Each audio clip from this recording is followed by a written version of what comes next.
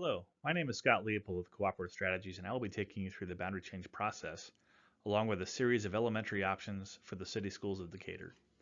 This is an updated presentation and will be presented at the community meeting at Decatur High School on March 28th from 6:30 to 8:30 p.m.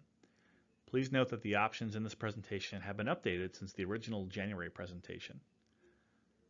The Elementary Boundary Steering Committee has reviewed the feedback collected in January and February, and based on that feedback has eliminated 3 of the 5 options presented and has created 2 additional options for your consideration. Feedback from this presentation will be tabulated and shared with the school board for discussion and action.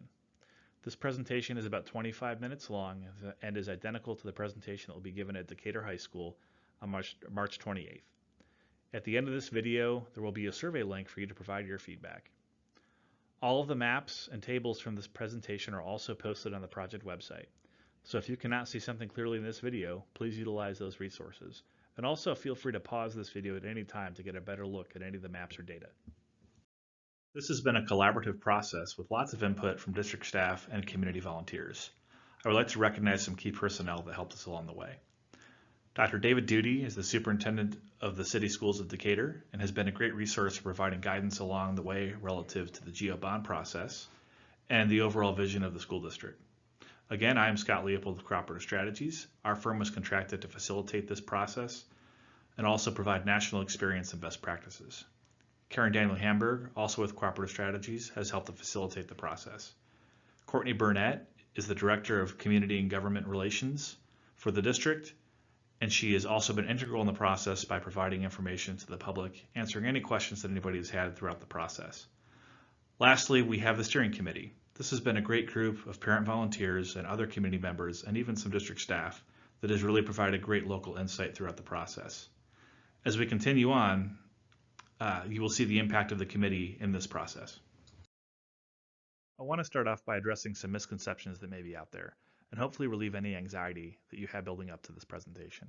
First and foremost, no decisions have been made. Again, this is a collaborative process with community involvement, and the purpose of this engagement is to collect your feedback. The options that you will see in the presentation are intended to generate conversation and feedback.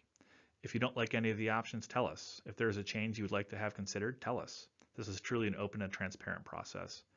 After your feedback is collected, the committee may evaluate and develop additional commentary for the school board to consider. Moving on to the overall process, we started back in September reviewing enrollment data as the students came to school. We also looked at capacity and the overall GO bond process. We then began our work with the committee. We talked about best practices for boundary changes and then began to develop options. We planned on having a community meeting in January, but that meeting was canceled due to inclement weather. Because of this, 5 options were posted online to collect feedback. The committee reviewed that feedback and eliminated 3 of the 5 options and then developed 2 additional options for further community consideration. These 4 options are being presented to the public to gain feedback and will go to the school board for discussion and action. As far as overall objectives go for this process, there are 2. Number 1, we're opening a new facility on Talley Street that will serve grades 3 through 5 beginning in the 2019-20 school year. By doing this, we will move 3rd grade out of the lower elementaries, reducing enrollment and the reliance on modular classrooms. That leads us to number 2. Based on current boundaries, after the 3rd grade moves out of the lowers, the overall utilization will reduce, but there's still going to be some imbalance. Some of the schools would be utilized at less than 70% of their capacity, and some would still be over capacity, even with 3rd grade being removed. As you are reflecting on the objectives as we present the options, also consider the following. There are not going to be any changes implemented for next school year. Without the additional capacity at Talley Street, we cannot begin to implement any change. As you look at the numbers, you will see utilization figures. This is enrollment versus the capacity of a building. You will notice that the upper elementary schools will be over 100% utilized on average in every option. This is due to the feedback received from both the community and the board during the general obligation bond process, or GO bond. We don't want to overbuild. That message was heard loud and clear. And so the overall elementary utilization will be 95%. Opening Talley Street will be the end of this GO bond process, but future facility planning will be ongoing. One of the goals of that process was to reduce the reliance on modular classrooms. So all the figures that you will see do not include modulars. So if you see a facility that is over 100% utilized, that assumes that there are no students in any of the modulars on that site. So does this mean that when Tally Street opens, all of the modular classrooms have to go away? Not necessarily. Modular classrooms are a consequence of a growing school district. And again, our overall goal is to reduce the reliance on them, but we need to remember that we do not want to overbuild based on that projected enrollment. And modular classrooms are an effective way to educate students until permanent capacity can be constructed for the students that are actually in the system. Here's a little more detail on some of the background data that you'll see throughout the presentation. State standard capacity counts were used, and all figures are based on permanent capacity of the facilities and do not include any modular classroom space. There are currently 22 modular classrooms at all of the elementary sites, and that almost feels like an extra school, and so shouldn't be a surprise that we're opening a new school at Tally Street. All the enrollment figures are based on current enrollment for this year, and then the most current projections for future years. Again, the current grade configuration will remain in place for next year, and then when Tally Street opens in 2019-20, we will transition to the K2-3-5 configuration. As I alluded to before, we relied heavily on a steering committee to help us with local, cultural, and institutional knowledge throughout this process. To assemble the committee, there was an application process in which 29 committee members applied, and all were invited to participate. We additionally invited some other members to ensure balance of representation at all schools, and this includes a representative from every elementary school leadership team. By participating on the committee, all the members agreed to adhere to the roles and responsibilities. They were to be objective and consider the needs of all students in the district, utilize boundary planning criteria to help guide participation and decision making, attend all attendance boundary committee meetings, and share information with their neighbors to help get the word out about the process, especially this community meeting that is ongoing right now. Here's our overall project timeline. This has been revised a little bit due to the canceled community meeting in January. The committee has had 4 total meetings. At the March 14th meeting, the committee discussed the results from that original January to February survey data that we posted. Here we are on March 28th with the community meeting, and we are scheduled to present the results of this meeting and all the associated online surveys to the school board on April 17th. In order to effectively frame the development of options, we shared some national best practices with the committee. These include promoting reasonable balancing of enrollment among all schools to avoid over or underutilization, consider the unique needs of student population at a given campus, which may or may not be reflected in the data alone. We also want to minimize the use of modular classrooms that are a result of a facility operating over capacity. We want to consider the fiscal impact, minimizing future capital and operational budget costs. We want to attempt to maintain diverse student populations. We want to utilize transportation resources effectively. We want to consider anticipated construction and residential growth within the community.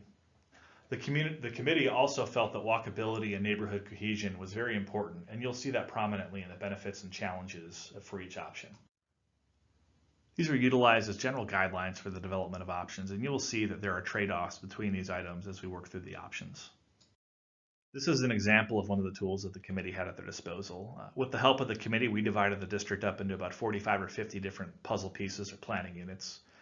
We could then move these puzzle pieces around in the GIS, which is Geographic Information Systems, and we could instantaneously see what the impact of moving one area from one school to another is. It would tell us just instantaneously how many students we impacted, what the resulting utilization is, how it impacts the projected enrollment. It would also give us feeder pattern information, which we'll go into in a lot more detail in the next couple slides when we start talking about the options. Using these tools just made it very effective and efficient in the options development process to kind of crank out a lot of options very quickly so that the committee could spend their time discussing those options. This is a high-level analysis of the results of the surveys that were collected in January to February. What this is again, these are the 5 original options that we presented.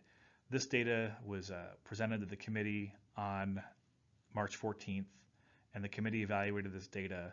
And kind of where they landed is that they liked option 3 and option 4A based on that feedback, and they didn't think that option 1, 2, or 4B warranted further discussion in the community. And so 2 of the options that you see tonight, we've renumbered everything, but 2 of those options are option 3 and option 4A as they were presented to the community in January and February. You can see this whole report in detail on the project website. And now I'll start going into the options.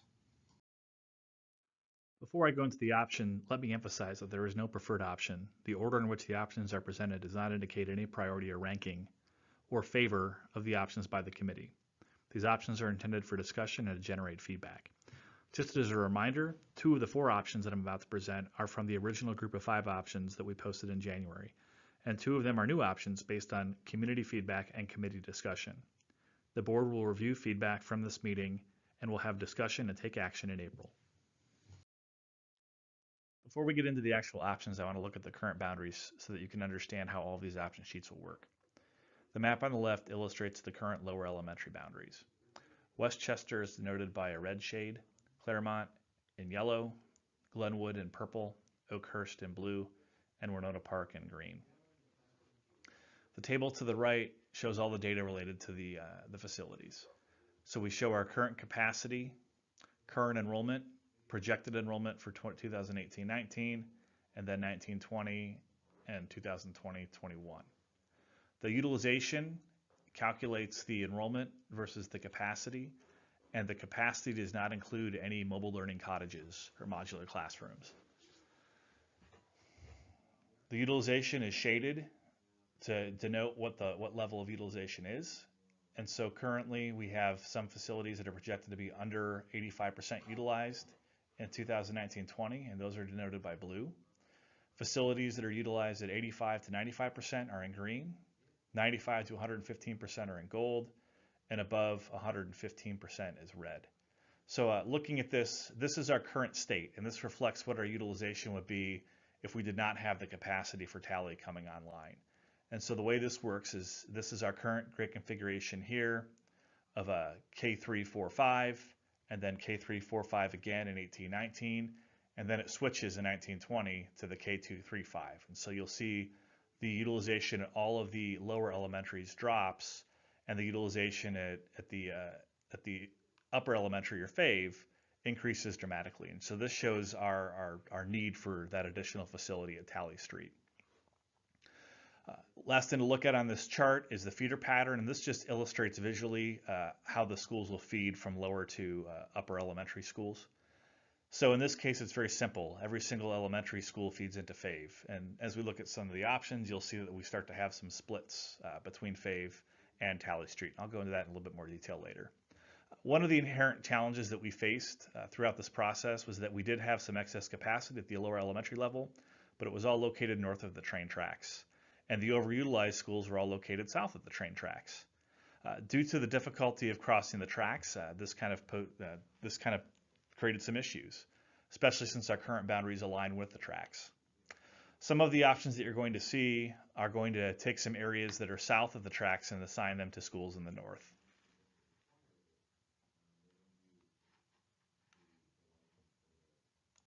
We'll start with option A. This is actually option 3 from our original post of options back in January. This is a very minor option as far as changes go. We've got one area here that's located right around Tally Street that would move into Glenwood. We've got another area down here on the south western portion of Winona Park that would move into Oakhurst. Looking at the uppers, we would have 100% of Westchester, and Oakhurst would feed into FAVE along with a small percentage of students from Winona Park. Claremont, Glenwood, and Winona, the other remaining part of Winona Park, would all feed into Tally Street. Here's the data sheet associated with option A. You can see a smaller version of the map right here.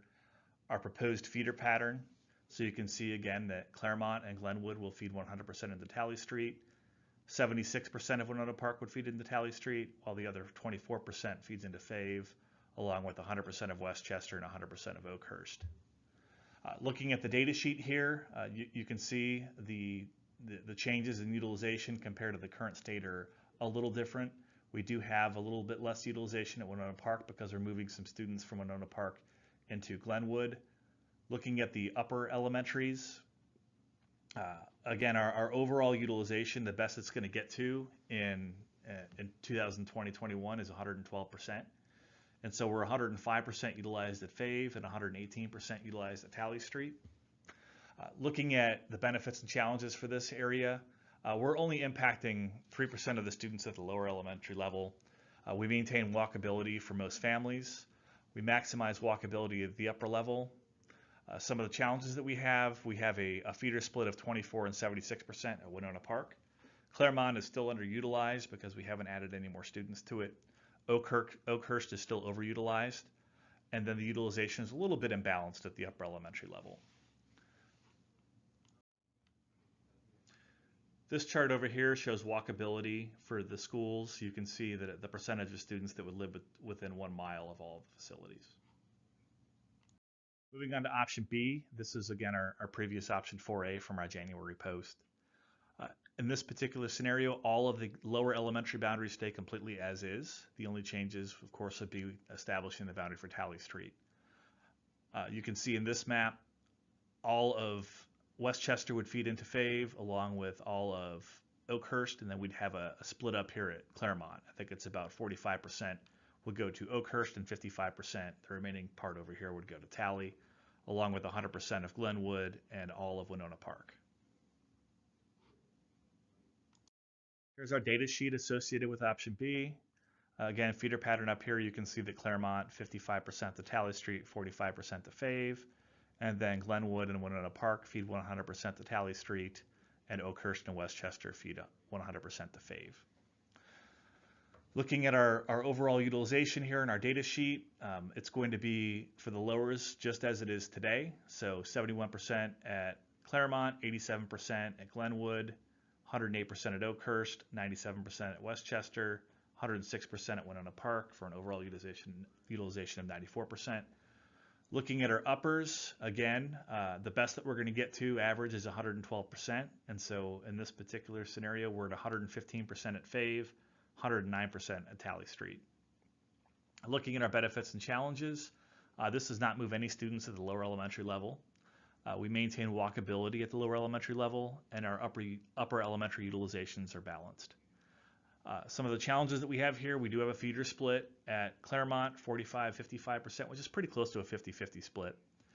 Claremont is underutilized, while Oakhurst and Winona Park are overutilized. We do have some students that were previously able to walk to Fave that may need to be bused to Talley Street. And again, we have our walkability chart down here. You can see that on average, 86% of the students at the lowers are within 1 mile of their school, and 40% of the students at the upper elementaries are within 1 mile of their school. Option C, this is a new option. This is based on feedback that we got from our post in January, along with discussions that the committee had based on those results. As you can see, the lower elementaries are completely unchanged from their current state. If we look at the upper elementaries, that's where we start to see those differences. In this scenario, Westchester and Oakhurst both feed 100% into Fave, along with a portion of Winona Park. And then we have 100% of Claremont, Glenwood, and the remaining portion of Winona Park that would feed into Talley Street. The main difference in this one is that we have this area right here is a little different than we had in the other options. This is McDonough Street. And then this area down here, the boundary on this line would be Candler, and all the students residing on Candler Street would go to Talley Street. Data sheet for option C. You can see our maps are up here. We've got our feeder pattern data right here. This illustrates our 76% split from Winona Park to Talley and a 24% split from Winona Park to Fave. Glenwood and Claremont both feed 100% into Talley Street. Oakhurst and Westchester both feed 100% into Fave. Looking at our overall data here, again, because we haven't made any changes at the lowers, these are exactly the same as the current. Looking at the uppers, we're perfectly balanced at 112% at both schools. Looking at our benefits and challenges, the upper elementary schools are completely balanced. We do not move any students in the lower elementary schools, and the walkability is maintained at the lower elementary level. Challenges that we have, the feeder split at Winona Park is 76% to Talley and 24% to Fave, and we still have Claremont underutilized while Oakhurst and Winona Park are overutilized. Looking at our overall walkability, the lower elementaries are the same at 86%, and then the uppers were at 44%. Finally, moving on to option D. Again, this is a new option based on feedback collected from our post in January and then review and comment from the committee. Again, our lower elementaries are completely unchanged. Looking at our upper elementaries, Westchester and Oakhurst would feed 100% to Fave, along with a smaller portion of Winona Park. And then Claremont, Glenwood, and the remaining portion of Winona Park would feed 100% into Tally Street. Moving on to our data sheet for option D. Again, here's our map. Here's our feeder pattern diagram, and you can see we're 69% of Winona Park feeding to Tally Street and 31% to Fave. And again, Glenwood and Claremont 100% to Tally Street, Oakhurst and Westchester 100% to Fave. Again, our lower elementaries are completely unchanged. Looking at our uppers, we're 116% utilized at Fave and 109% utilized at Tally Street. Looking at our benefits and challenges, this again does not move any students at the lower elementary level, and walkability is maintained at the lower elementary level.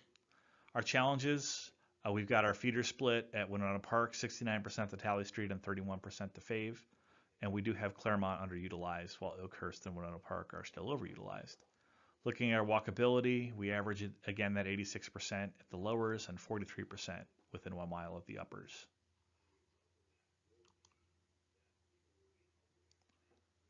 At this point, I'd like to go through some additional considerations that kind of kept coming up throughout the process. At every steering committee meeting, we had a representative from the Decatur Housing Authority present. All the options have been looked over and are acceptable to the DHA. Next, in order to avoid overbuilding, the facility plan was designed to build to 95% of the 2020-21 projected enrollment. And to reiterate, portable classrooms or learning cottages are not included in any of the capacity numbers. And finally, at this point, College Heights will remain the Early Childhood Learning Center, or ECLC, for the district. If College Heights is put into the circulation with the other elementary schools in the future, it does not necessarily mean that boundaries will have to change again. It could be a magnet school. Finally, moving on to feedback and next steps. At this time, please review and reflect on the options as presented. Please complete the online survey and provide your feedback. Your feedback will be considered as options are finalized. Final options will be presented to the school board for discussion and action. Thank you for taking the time to view this presentation, and we're excited to see all your feedback.